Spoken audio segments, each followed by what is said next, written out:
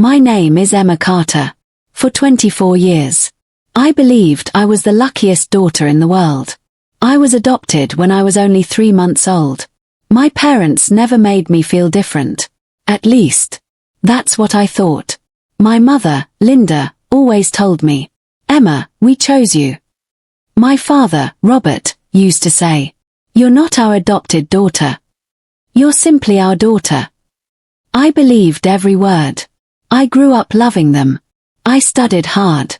I helped my father with his small construction business. When my mother became sick, I was the one who stayed beside her. I cancelled vacations. I missed birthdays with friends. I cooked for her. I drove her to appointments. I never complained. Because I believed. That's what a daughter does. When I turned 22, I started working full-time. I gave part of my salary to my parents. Not because they asked. Because I wanted to help. My father always told me, "One day, this house will be yours." I smiled whenever he said it. I never cared about the house. I only cared about them. Then, everything changed. One rainy afternoon, my mother received a phone call. I was sitting in the kitchen when I heard her crying. "Is it really you?" She stood completely still. Then whispered, "Our daughter." I froze. Our daughter. I walked into the room. My mother immediately ended the call. "Who was that?" She looked at me. "Nobody." But I knew. Something had changed. 3 days later, a young woman arrived at our house. She was beautiful, confident, expensively dressed. My mother ran toward her and hugged her like she had been waiting 24 years. I stood at the doorway. My mother was crying. My father was crying. The woman looked at me, then asked, "Who is she?" My mother looked at me.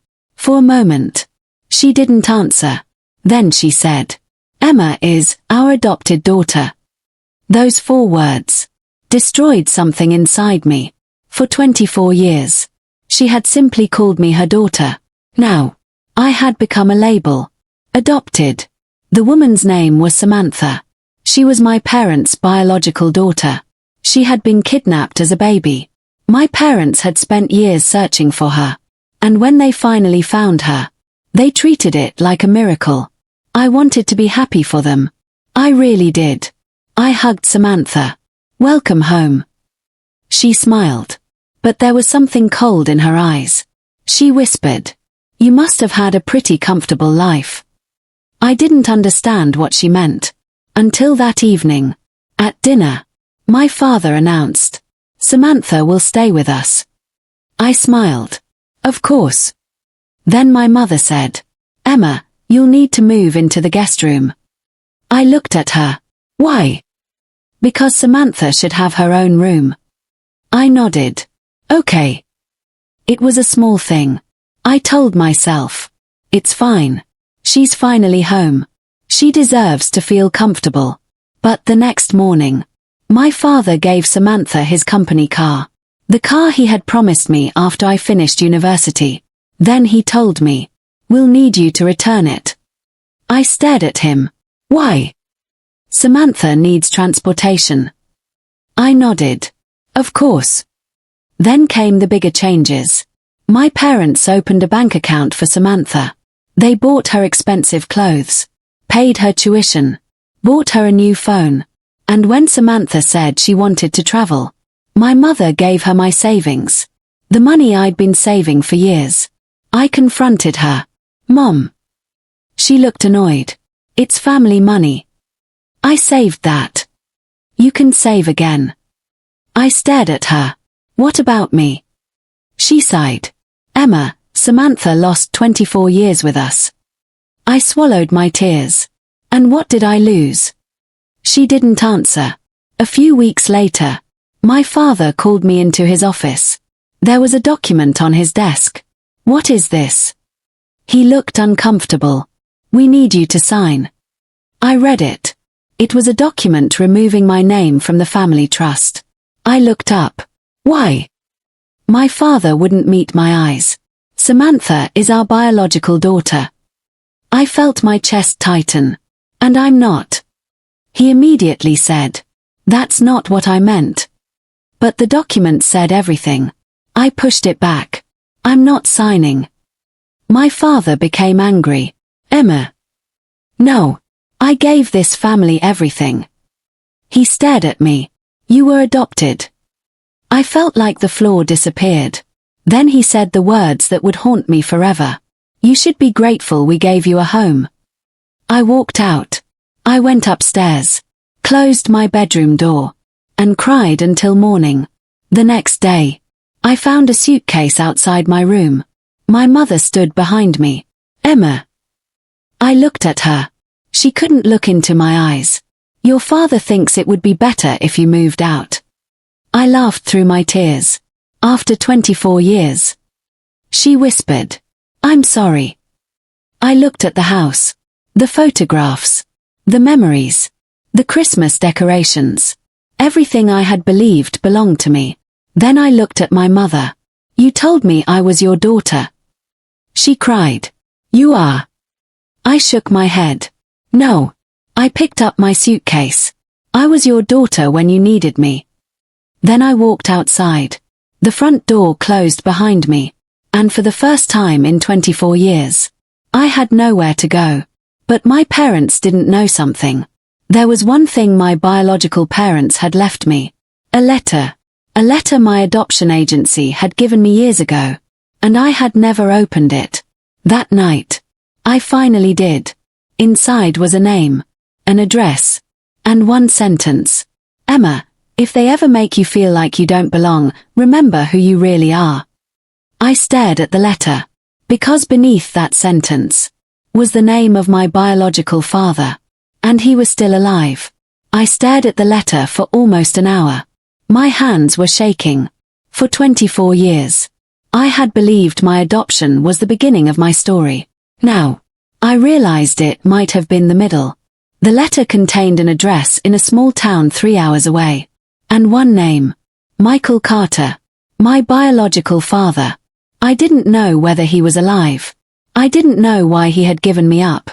I didn't even know if he knew I existed. But I had nothing left to lose. The next morning, I rented a small room at a cheap motel. Then I drove toward the address. The house was old. Small. Nothing like the huge house I had grown up in. I stood outside for several minutes before knocking. An elderly woman opened the door. She looked at me. Then suddenly, her face went pale. "Emma." I froze. "How do you know my name?" Her eyes filled with tears. "Because." She touched my face. "You look exactly like your mother." I couldn't breathe. "Who are you?" "My name is Rose." She stepped aside. "Come in." Rose showed me an old photograph. A young woman was standing beside a man. The woman looked exactly like me. My biological mother. I touched the photograph. "Who is the man?" Rose whispered. "Your father." "Where is he?" She looked down. "He's been waiting for you." My heart stopped. "Waiting?" Rose nodded. "He never gave you up." I stared at her. "What?" She sat down. "Your mother died shortly after you were born." I felt tears fill my eyes. "Your father was devastated." "Then what happened?" Rose took a deep breath. "Your father was falsely accused of stealing money from the company where he worked. He lost his job. He had no money. And someone convinced him that you would have a better life with another family." I whispered. "Who?" Rose looked directly at me. "The Carter family." I couldn't speak. "My adoptive parents." Rose nodded. "They knew your father was innocent. They knew your mother had died. And they wanted you." I felt sick. "Why?" Rose handed me another photograph. It showed my biological father holding me as a baby. He was smiling. I had never seen that picture. "Your father wanted to keep you. But the Carters promised they would give you a safe life." I whispered. "Did he agree?" Rose shook her head. "He was forced to." I stared at the photograph. For 24 years. I had believed my parents had rescued me. Now I wondered. Had they taken me? Rose gave me an envelope. He wrote this years ago. I opened it. The handwriting was shaky. My little Emma. I stopped reading. My tears were already falling. If you ever find this letter, I want you to know something. I never stopped loving you. I never abandoned you. I was told you would have a better future without me. Then, I hope they gave you the love I couldn't afford to give you. I covered my mouth. Because my entire childhood suddenly felt different. Where is he? Rose looked toward the window. He lives nearby. I followed her gaze. Then, I saw an old man walking slowly toward the house. He stopped, looked at me, and froze. His eyes filled with tears. He whispered, "Emma." I couldn't move. He came closer. "I'm your father." I wanted to run. I wanted to hug him. I wanted to scream. Instead, I simply cried. He opened his arms. I stepped forward. And for the first time in my life, I felt what it was like to be held by my biological father. We talked for hours. He told me everything. His name was Michael. He had spent years trying to find me. But the Carter family had moved, changed their phone numbers, and refused to give him information. Then I asked the question that hurt the most. Why didn't you fight harder? He looked down. I did. Every day. But I had nothing. I couldn't afford lawyers. I couldn't fight a wealthy family. He wiped his tears. I thought you were safe. I whispered. I wasn't. His face broke. What happened? I told him everything. The house. The trust. Samantha.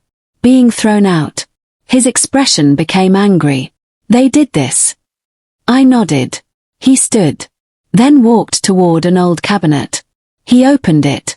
Inside were dozens of documents. What are these? He handed me a file. Everything I kept for you. There were adoption records, old court papers, financial documents, and one document that made my heart stop. It was a letter from my adoptive father, written 24 years ago. The letter said, "We will take full responsibility for Emma." But underneath, there was another document, a private agreement. My adoptive parents had promised my biological father something. They promised to preserve a trust created by my biological mother. I looked at Michael. What trust? He shook his head. I didn't know about it. We continued searching. Then we found it. A bank certificate. The trust had been created by my biological mother before she died. The value, $3.2 million. I stared at the number. My mother had apparently left everything she owned for me. But the trust had one condition. I would receive full control when I turned 25. I was 24. Only months away. My adoptive parents knew. That's why they suddenly wanted me out. That's why Samantha had appeared. That's why they wanted me to sign away the family trust. They weren't protecting Samantha. They were trying to take my inheritance. I felt sick. For the first time. My sadness became anger. Not the kind of anger that makes you scream. The kind that makes you very quiet. I looked at Michael. What should I do? He held my hand. Don't become like them. I nodded. But I won't let them steal my mother's last gift to me. He smiled sadly. Then fight. I contacted an attorney. Her name was Victoria Grant. She examined every document. After several hours, she looked at me. Emma. Yes. Your adoptive parents may have committed serious fraud. My heart stopped. Why? They knew about this trust. They concealed it from you. They may have redirected money that legally belonged to you. And the document they asked you to sign. She shook her head. That could have transferred your rights. I whispered. So they wanted me to sign away $3.2 million. Exactly. I stared at the papers. Then Victoria said something even more shocking. There's another problem. What? She opened an old court document. Your adoption may have been connected to the financial dispute involving your biological father. I frowned. What does that mean? She looked at me carefully. Your parents may not have adopted you because they simply wanted a child. They may have adopted you because they wanted access to your mother's estate. I felt my entire body go cold. That evening, I received a message from Samantha. We need to talk. I almost ignored it. Then another message arrived. I know what Mom and Dad did. I stared at the screen. Then she sent one final message. And I have proof. I immediately called her. She didn't answer. Instead, she sent me a location, an abandoned warehouse, and one sentence. Come alone. I looked at Victoria. She shook her head. Don't go. I nodded. I won't. But Samantha had one thing I needed. Proof. And if she was telling the truth. The people I had called Mom and Dad for 24 years had been hiding the biggest secret of my life. I didn't go to the warehouse alone. Victoria was right. Samantha might have been telling the truth. Or she might have been setting a trap. So I asked Michael to stay nearby while Victoria contacted the authorities. Then I drove toward the location Samantha had sent me. The warehouse was old and almost abandoned. When I arrived, Samantha was standing beside a broken window. She looked terrified. I stepped out of my car. You said you had proof. She nodded. I do. What kind? She looked around. Not here. Then she unlocked a side door. Come inside. We walked through a dark hallway. Finally, she opened a small office. There were boxes everywhere. Samantha closed the door. Then looked at me. I owe you an apology. I said nothing. She started crying. I was jealous of you. Why? Because Mom and Dad loved you before I came back. I stared at her. She continued. When I found them, I thought they would give me everything. And when I saw you, I thought you were standing in my place. I whispered. So you wanted me gone? She nodded. Yes. But then I discovered the truth. What truth? She opened a box. Inside were old documents. They didn't bring me home because they missed me. I stared at her. They brought me home because they needed me. Samantha handed me a document. It was an old medical report. Then another. And another. I didn't understand. What's this? She whispered. Mom and Dad knew I wasn't actually their biological daughter. I froze. What? She shook her head. They found me years ago. They lied about the DNA test. I stared at her. You're saying you're not their biological daughter? Correct. My hands began shaking. Then who are you? She looked at me. I don't know. She explained everything. The woman who had appeared at our house claiming to be my parents' missing biological daughter had been brought there by my adoptive parents. They had paid for a private DNA test. But the test had been manipulated. They wanted Samantha to believe she was their biological daughter. Why? Because they needed a reason to remove me from the family trust. And they needed someone who could publicly claim to be the real daughter. Samantha had believed the story at first. But then, she discovered the truth. How? She pointed toward the boxes. I found these in Dad's office. There were emails, bank statements, private messages, and photographs. I opened one email. The sender was my adoptive father. The recipient was an attorney. The subject, Emma Carter Trust, final transfer. I read it. My father's message said, once Emma signs the release, the remaining trust funds can be redirected. I felt sick. Then I opened another email. This one was from my mother. Samantha must remain in the house until Emma leaves. Another. She needs to believe Samantha is her biological sister. I looked at Samantha. They planned everything. She nodded. For months. Then I found something worse. An old audio recording. Samantha pressed play. My mother's voice filled the room. Emma has no idea about the trust. My father's voice followed. She'll sign if she thinks she's losing the family. My mother laughed. And once Samantha is here, Emma will feel like she doesn't belong. I closed my eyes. The pain was almost unbearable. The people who raised me had deliberately destroyed my sense of belonging.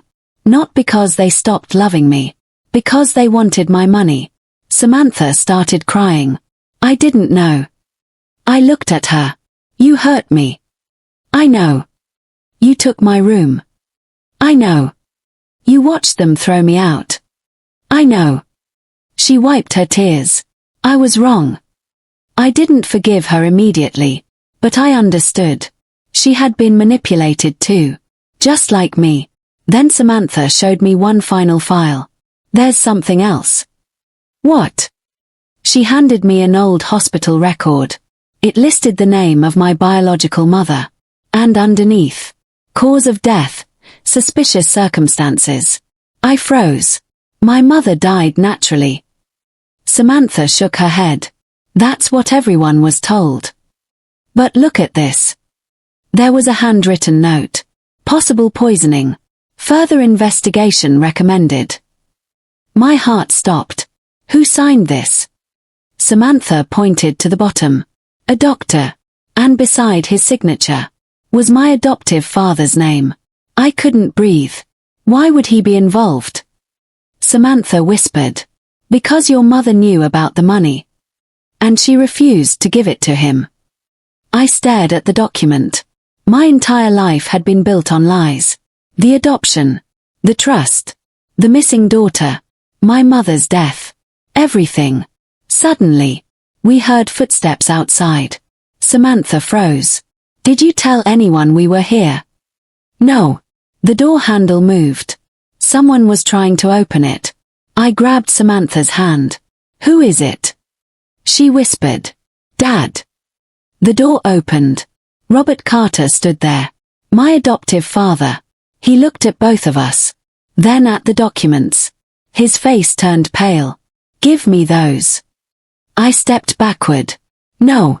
His voice became cold. Emma. Don't. You don't understand. I laughed bitterly.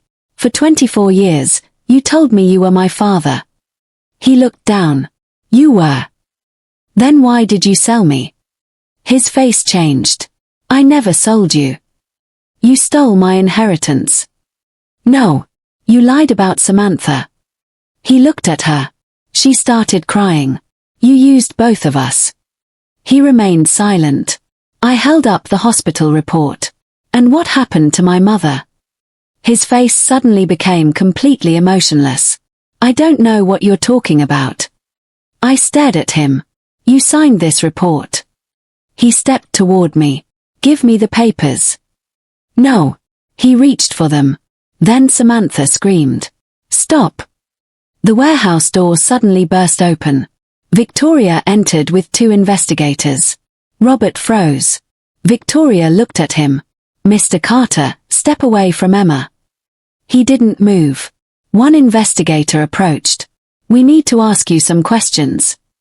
Robert looked at me. His expression had changed. There was no fatherly warmth left. Only anger. You should have stayed quiet. I looked at him. And you should never have taught me to fight for the truth. The investigators took the documents. The audio recording. The emails. Everything. Robert was taken for questioning. But before he left, he looked at me and said something that terrified me. You still don't know the whole truth about your mother. Then he walked away. I stood there frozen. Victoria came beside me. Emma. What? She looked at the hospital report. His right. I stared at her. What do you mean? She pointed to the bottom of the page. There was another name. A witness. Someone who had been present the night my mother died. And that person's name was Linda Carter. My adoptive mother. I felt my heart shatter. Because now, I wasn't just fighting for my inheritance. I was fighting to discover what really happened to the woman who gave me life. I couldn't sleep that night. Every time I closed my eyes, I saw the same sentence. You still don't know the whole truth about your mother. Robert's words wouldn't leave my mind. My biological mother, the woman I had never known, had apparently left me a $3.2 million trust. And now there was evidence suggesting her death might not have been what I had been told. I needed answers. Not revenge. Not money. Answers. The next morning, Victoria called me. Emma, we found something. What? The hospital where your mother died still has archived records. My heart began racing. Can we access them? Yes. Then let's go. The hospital was old. Much of it had been renovated. But the basement records room still contained files from 24 years ago. An administrator brought out a box. My name was written on the side. Emma Carter, Maternity Family Records. I stared at it. My hands were shaking. Victoria opened the box. Inside were medical reports, birth records, and one handwritten statement. It was from a nurse. The statement said, "The patient's condition changed suddenly after a visitor entered the room." I looked at Victoria. Who was the visitor? She turned the page. My heart stopped. Linda Carter, my adoptive mother. We continued reading. The nurse had written that Linda stayed with my biological mother for nearly an hour. After Linda left, my mother's condition became critical. The official report said natural complications, but the nurse had requested further testing. Those tests were never completed. I whispered, "Why?" Victoria looked at the paperwork. Someone cancelled them. Who? She turned the page. The signature belonged to the hospital administrator, but beside it was a handwritten note, requested by Robert Carter.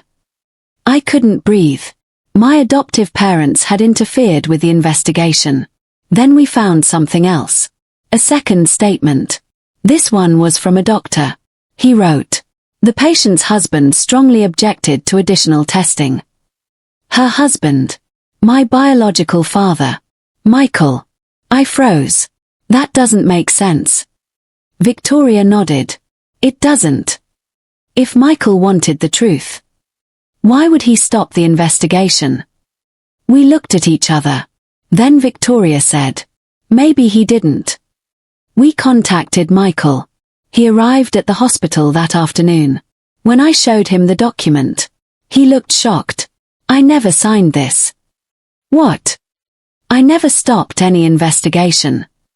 "Then why does your name appear?" He stared at the signature. "That's not my handwriting." Victoria examined it. "You're right." Then Michael whispered, "Someone forged my signature." We returned to the archives. And finally, we found what we were looking for. A private letter from the hospital administrator. It had never been sent. It was addressed to my biological father. The letter said, "Mr. Carter, I am sorry. I was pressured into closing the investigation. Your wife's death may not have been natural. The people responsible threatened my family." I felt tears fill my eyes. Then came the final line. "The person who pressured me was Robert Carter." Michael sat down. He covered his face. My God. I looked at him. Why would they do this? He whispered, "Your mother's trust." I shook my head. They wanted her money. He nodded. "Your mother had discovered that Robert was involved in a financial scheme."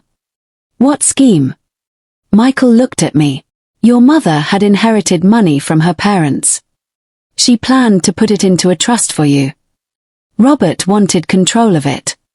But she refused." I stared at the documents. "So they took me." Michael nodded slowly. "And after she died, they manipulated your adoption." I felt sick. My entire childhood was beginning to make sense. My parents hadn't simply adopted me. They had taken advantage of a tragedy. They had hidden my biological father. They had hidden my mother's trust. And years later, they had created another daughter story to pressure me into giving up the inheritance. Then Samantha called. Her voice was shaking. Emma. What happened? I found something. What? Mom knows. I froze. Knows what? Everything. Are you sure?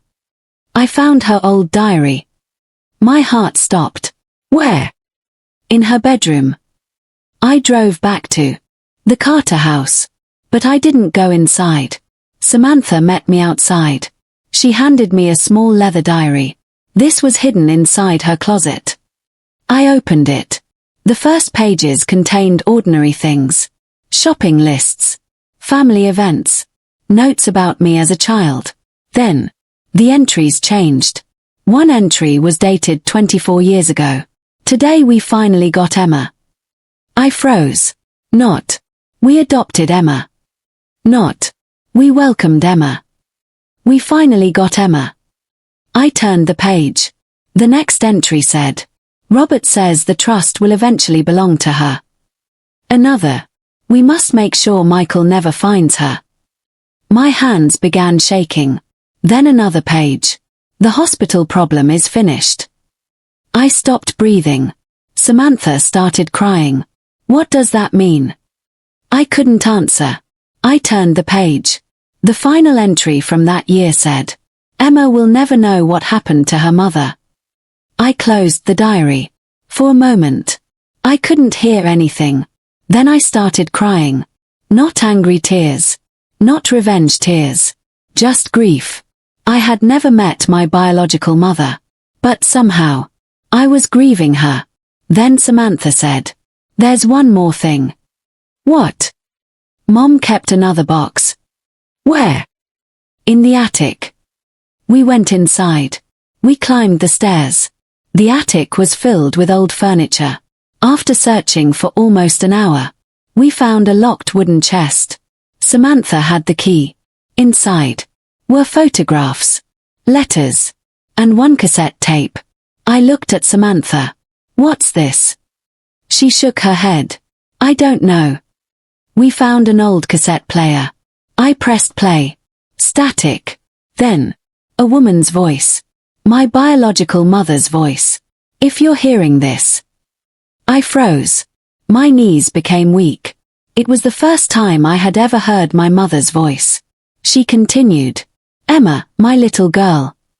I covered my mouth. Tears rolled down my face. Her voice continued. I don't know if you'll ever hear this. But if you do, please know that I loved you. I couldn't stop crying. Then she said something that changed everything. If anything happens to me, do not trust Robert or Linda. The recording continued. They know about the trust. They know I discovered what they did. And they will do anything to get control of it. Then, silence. The recording ended. Samantha looked at me. I looked at the cassette. My mother's final message had survived 24 years. And now, we had it. Victoria listened to the recording. Her face became serious. This changes everything. Can it prove what happened? It can support the investigation. But we need the original. I handed her the cassette. We have it. That evening, the investigators returned to the Carter house. Linda was there. She looked at me. For the first time. She didn't call me daughter. She simply stared. I held the cassette in my hand. Mom. She began crying. Emma. Why? She covered her face. I never wanted this. I shook my head. You lied to me for 24 years. I loved you. Then why did you do it? She couldn't answer. I stepped closer. Did you hurt my mother? She looked at me. And finally, she whispered. I was there. I froze. Did you? She started crying. I didn't mean for her to die. My heart stopped. The investigators immediately stepped forward. Linda realized what she had just admitted. She looked at me. I'm sorry. I stared at her. The woman who had raised me. The woman who had once held me as a baby. The woman I had called Mom. And now, she was admitting that she knew what happened to my biological mother. The investigators took Linda away for questioning. Samantha stood beside me. Michael held my hand. I looked at the old house. For 24 years. I thought it was my home. Now, it felt like a museum filled with lies. Victoria came toward me. We have enough evidence to reopen the case. I nodded. Then do it. She smiled. We will. That night, I returned to Michael's house. I placed my mother's cassette on the table. Michael stared at it. I never heard her voice again after she died. I held his hand. You can now. We played it again. Her voice filled the room. Emma, my little girl. This time, I didn't cry alone. My father cried with me. And for the first time, I felt like I had finally met the mother who had loved me, even though she had been gone for 24 years. But the next morning, something happened that none of us expected. The bank called. The trust had reached its maturity date. I had officially turned 25. The $3.2 million trust was now legally mine, and the Carter family had spent 24 years trying to steal something that they had never been able to own. The bank called at 9:07 that morning. I remember the exact time, because that was the moment my entire life changed. The woman on the phone spoke carefully. Ms. Carter, your mother's trust has officially matured. I closed my eyes. How much? There was a pause. $3.2 million. I didn't celebrate. I didn't smile. I simply whispered, thank you. Because the money wasn't what mattered. The money was proof. Proof that my biological mother had never abandoned me. Proof that everything she had left behind had been meant for me. And proof that the people who had thrown me out had spent years trying to steal something that was never theirs. But I didn't immediately take the money. Victoria advised me to freeze the account while the investigation continued. Robert and Linda were now under investigation. The adoption records were being reviewed. The circumstances surrounding my mother's death were being investigated again. And Samantha was cooperating fully. She gave investigators every document she had found, including the diary, the emails, the recordings, and the fake DNA paperwork. 2 weeks later, the truth finally came out. The investigation revealed that Robert had manipulated financial documents connected to my mother's estate. Linda had helped conceal information about my biological father, and both had known about the trust. They had planned to keep control of it until I was old enough to sign away my rights. When Samantha returned, they used her as a weapon. They wanted me to feel unwanted. They wanted me to believe that I had been replaced, because they thought a broken daughter would sign anything. They were wrong. The most painful moment came when I visited Linda in the detention center. I wasn't required to go. I didn't even know why I wanted to. Maybe part of me was still searching for the mother I remembered. She entered the room. She looked smaller, older, nothing like the woman I remembered. She sat across from me. For several seconds, neither of us spoke. Then she whispered, Emma. I looked at her. You used to call me Mom. I nodded. I remember. She began crying. I loved you. I felt my throat tighten. Did you? Yes. Then why? She couldn't answer. I asked again. Why did you make me believe I wasn't your daughter? She wiped her tears. Because Samantha came back. I shook my head. No, it wasn't Samantha. It was the money. She closed her eyes. And that silence was my answer. I stood up. I wanted you to tell me that you regretted losing me. She looked at me. I do. I shook my head. You don't regret losing me. You regret losing what I could give you. She cried. But I didn't. I had cried enough. I walked toward the door. Before leaving, I looked back. Do you remember what Dad told me? She nodded. He said I should be grateful that you gave me a home. Linda lowered her head. I smiled sadly. You didn't give me a home. You gave me a childhood. And despite everything, I'm grateful for the good parts. She looked up. But I will never forget the truth. Then I walked away. Samantha was waiting outside. She looked nervous. How did it go? I said. It ended. She nodded. I need to tell you something. What? She handed me an envelope. I found this after they arrested Mom. I opened it. Inside was a letter addressed to me. It was from my biological mother. Another letter. One I had never seen. I opened it carefully. My dear Emma. If you are reading this, you are probably old enough to understand that adults sometimes make terrible choices. I don't know what your life will become. But I want you to remember one thing. Then, you were never unwanted. My eyes filled with tears. She continued. You were loved before you were born. You were loved when I held you. And you will be loved long after I am gone. I pressed the letter against my chest. Then came the final sentence. Never allow anyone to make you feel like you are less because you were adopted.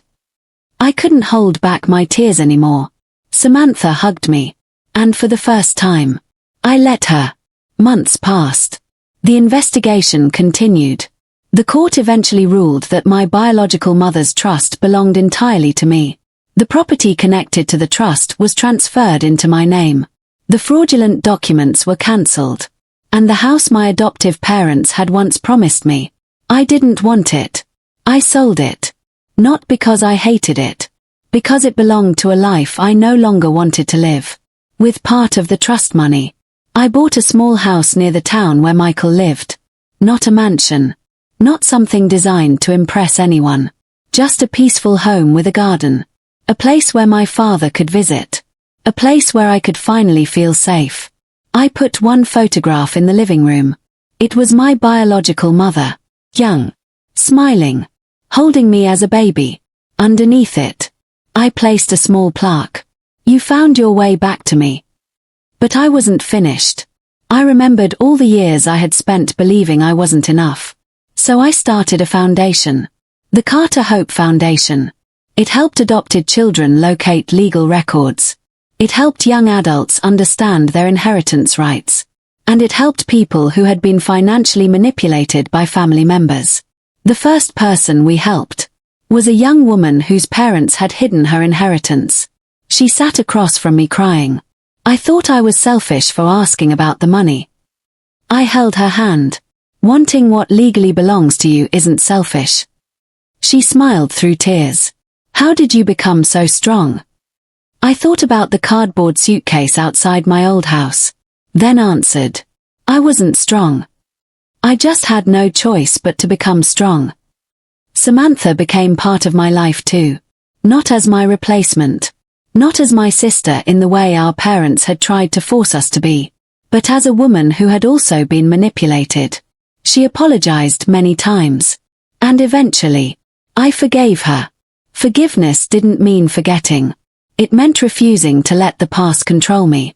1 year later, the court finally announced the decision regarding Robert and Linda. They were held accountable for their roles in the fraud and concealment.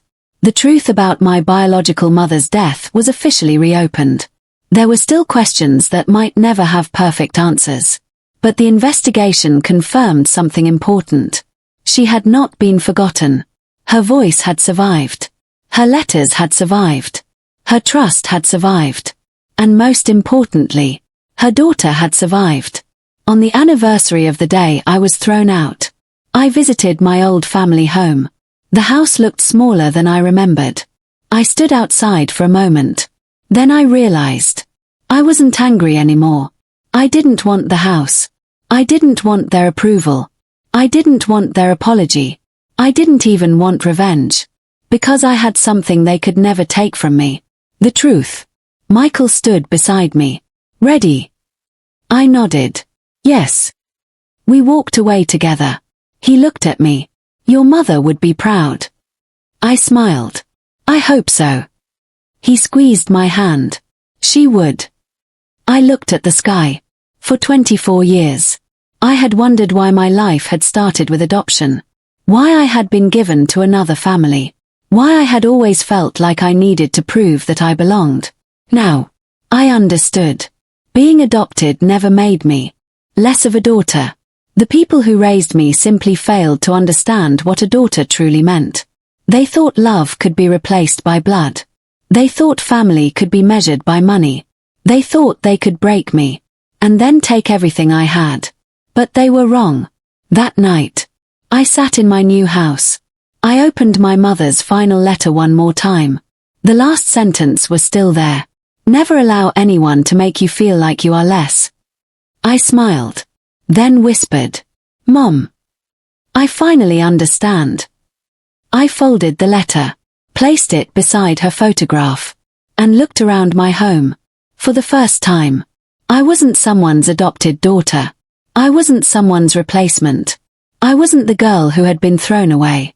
I was Emma, a daughter, a survivor, a woman who had lost almost everything, and rebuilt her life from the truth. And that was my revenge. Not destroying the family who hurt me. Not taking their money. Not watching them suffer. My revenge was waking up every morning, knowing they could never control me again. They had spent 24 years trying to convince me I didn't belong. But they accidentally taught me the greatest lesson of my life. Home isn't where someone decides to keep you. Home is where you finally choose to stay. I looked at my mother's photograph, then smiled. "I'm home, Mom." And for the first time, I truly believed it.